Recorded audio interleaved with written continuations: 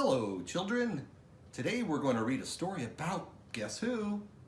Dumbo. No. Peter Pan. And Peter Pan to the rescue.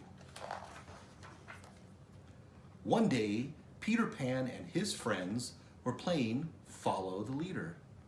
As usual, Peter was the leader. Tinkerbell and the Lost Boys, John, Michael, and Wendy Darling were following him around Neverland. Before long, they came to a stream. "Let's cross it the fun way," Peter suggested. He grabbed a rope, swung out over the water, and landed on the other side. His friends followed until only John was left. "Tally-ho!" John cried. As he leaped for the rope, he missed it and fell into the stream. Splash! As Michael helped him out of the water, John grumbled, "Why does Peter always have to be in charge? Just once, I'd like to do things my way." John decided he wanted to show Peter how brave and clever he was. A little further down the trail, he had an idea. "By Jove," he cried, "I've got it!" "Got what?" asked Michael. John said, "You'll see." He took Michael's hand, and together they slipped off into the forest. John and Michael disguised themselves as pirates. Hopped into a small boat and began to row towards a pirate ship in the harbor. But it wasn't just any ship. It wasn't just any captain. It was Captain Hook's.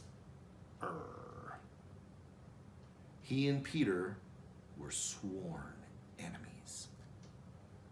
"Where are we going?" asked Michael. "To spy on Captain Hook," John said excitedly. "We'll take the information back to Peter." As the boys reached Hook's ship, they heard a noise.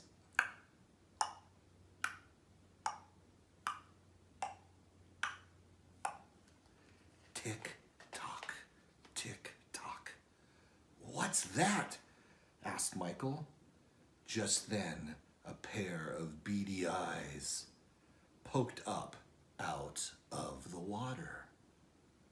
It was Crocodile Meemaw. Well, it was the crocodile.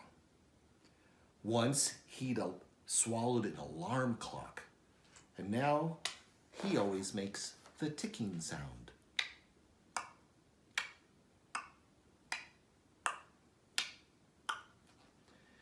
"Be careful," John warned. John and Michael climbed over the side of the ship carefully. John spotted 2 mops and a bucket. He whispered to his brother, "Pretend you're washing the deck." A moment later, Shmee, the first mate, came around the corner. "Ahoy, mateys," he called. "Can't say that I remember you, but whoever you are, you're doing a fine job." When Shmee was gone, John turned to Michael and said, "Come on, we've got some spying to do. I'm going to look for Hook."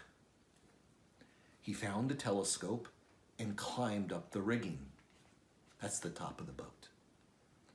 Shmee walked by again. Do you see anything up there?" he asked. A storm, actually," John blurted out. I should tell the captain," Shmee replied, and he hurried off. John turned to Michael. "This is perfect. He'll lead us right to Captain Hook."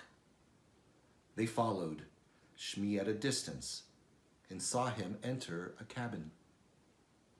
"Stand watch. I'll be right back," John whispered to his brother. When John peered through the porthole of the cabin, he saw Captain Hook. Unfortunately, the pirate also saw him. Unlike Shmee, Hook could tell that John was not a real pirate. "Spies! Get them, Shmee!" thundered Hook. "We're doomed!" Michael cried. "Not necessarily," said John. The first mate came scuttling out of the cabin. When he saw the boys, he said, it's you." "Indeed it is," said John. "We've been checking the safety of the captain's quarters, and I must say that we're shocked. Why, spies could look through the porthole as easily as I did." Shmee led the boys inside. "What's the meaning of this?" Captain Hook demanded. The first mate stammered. They said they were checking on your safety, sir. And I must say, they're hard workers. Just today I saw them swabbing the deck and standing lookout." The captain looked John straight in the eye. "Yes," he agreed. "I think you're doing a fine job.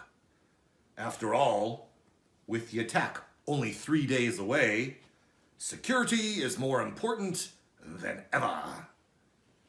"Attack?" said John. Hook said, "Yes, on Peter Pan's hideout." He turned to his first mate. "Release them, Shmee. We've got work to do." As soon as the boys were outside, John whispered to Michael, "We have to warn Peter." Quickly they climbed over the side of the ship and began rowing towards shore. Captain Hook laughed as he watched them through the telescope. "They'll lead us straight to Pan," he said. Shmee straightened his glasses and looked at Hook. You mean they were really spies?" "Well, of course," the pirate replied. "They're some of Pan's little friends. They don't know it yet, but now they're working for us." I don't know why that was a French accent. Anyway, a short time later, John and Michael reached the shore. "My plan worked," John cried. "Wait till Peter hears." Uh-oh, Michael said. "I hear ticking."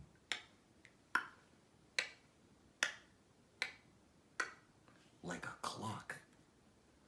Like a clock in a crocodile. Like a clock in a crocodile that follows Captain Hook. The boys looked at each other. "Hook?" they said. "Run!" They scrambled up the hill, with John leading the way. When John reached the top, he called out, "This way, Michael!" But there was no answer. "Michael!" John said, looking over his shoulder. Captain Hook was standing at the bottom of the hill. Beside him, 2 pirates had Michael in their clutches. "Keep going, John!" cried Michael. "Don't stop!" A few minutes later, John burst into Peter's hideout. "Come quick!" he yelled. Peter, Wendy, and the others gathered around him. John told them what had happened to Michael and that Hook was planning an attack. Peter shook his head. "If Hook knew where I lived, why would he have followed you? I think it was a trick. He knew Michael and I were pirates." "Weren't pirates?" asked John. "I'm afraid so," Peter said. John groaned. "I've made a terrible mess of things. Will you help?" "Sure, I've got a plan," said Peter. "Let's go!" On the pirate ship, Shmee tied Michael to a chair, while Hook tried to find out where the secret entrance to Peter's hideout was. Just then they heard a girl's voice. Captain Hook! It was Wendy. She was standing on the ship's plank. Watch the boy, Shmee, Hook said. I'll be right back. As soon as Hook was gone, John looked into the porthole. Not you again, Shmee exclaimed and chased after John. The lost boys hurried inside and untied Michael. Then they climbed down into a boat that was waiting below. When the boys were all safe, John opened his umbrella, leaped over the side of the ship, and floated down to join them. Then the lost boys cast off and headed for shore. Meanwhile, on the ship's plank, Captain Hook reached out to grab Wendy. Suddenly, a green blur streaked through the air and scooped her up. It was Peter Pan.